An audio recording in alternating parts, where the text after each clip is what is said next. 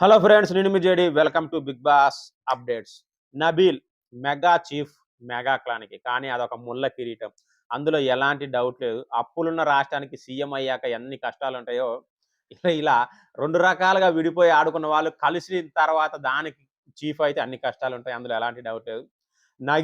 నబీల్‌కి challenge చాలా కంట్రోల్డ్‌గా ఆలోచించి ఎదుర్కొంటే తప్ప ఈ కష్టాలను దాటలేడు. ఎందుకంటే ఇంతకుముందు 2 క్లాన్‌లుగా ఆడారు. వీళ్ళు కొంతమంది ఎక్కువ కన్నడోళ్ళుండే, తెలుగోళ్ళుండే. వీళ్ళకి పడకపోయేది. ఇప్పుడు వీళ్ళిద్దరు కలిసిపోయారు. కలిసిపోయిన తర్వాత నబీల్ ఫస్ట్ టైమ్ కెప్టెన్ అయ్యాడు మళ్ళీ. నబీల్ మాటని ఎంతవరకు వింటారనుకుంటున్నారో కామెంట్ చేయండి. ముఖ్యంగా యష్మి అయితే నబీల్‌కి ప్రమాదం అనే చెప్పాలి. నబీల్‌తో చాలా గొడవలొస్తాయి. నామినేషన్‌లు పడతాయి. ఇక నాగమణికంట ఇండివిడ్యువల్ ప్లేయర్. క్లాన్‌లో ఆడడానికి పనికిరాడు ముందే చెప్తున్నాం. సో, నాగమణికంట నుంచి కూడా నబీల్‌కి థ్రెట్టే ఉంటది.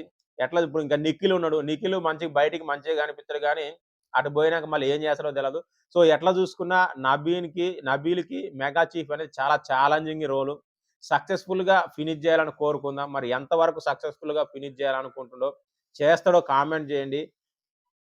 సో, ఈ మెగా చీఫ్ అవ్వడం వల్ల ముందు ముందు మనోడి స్థాయి పెరుగుతదా? తగ్గుతదా? అనుకుంటున్నా కూడా ఖచ్చితంగా కామెంట్ చేయండి.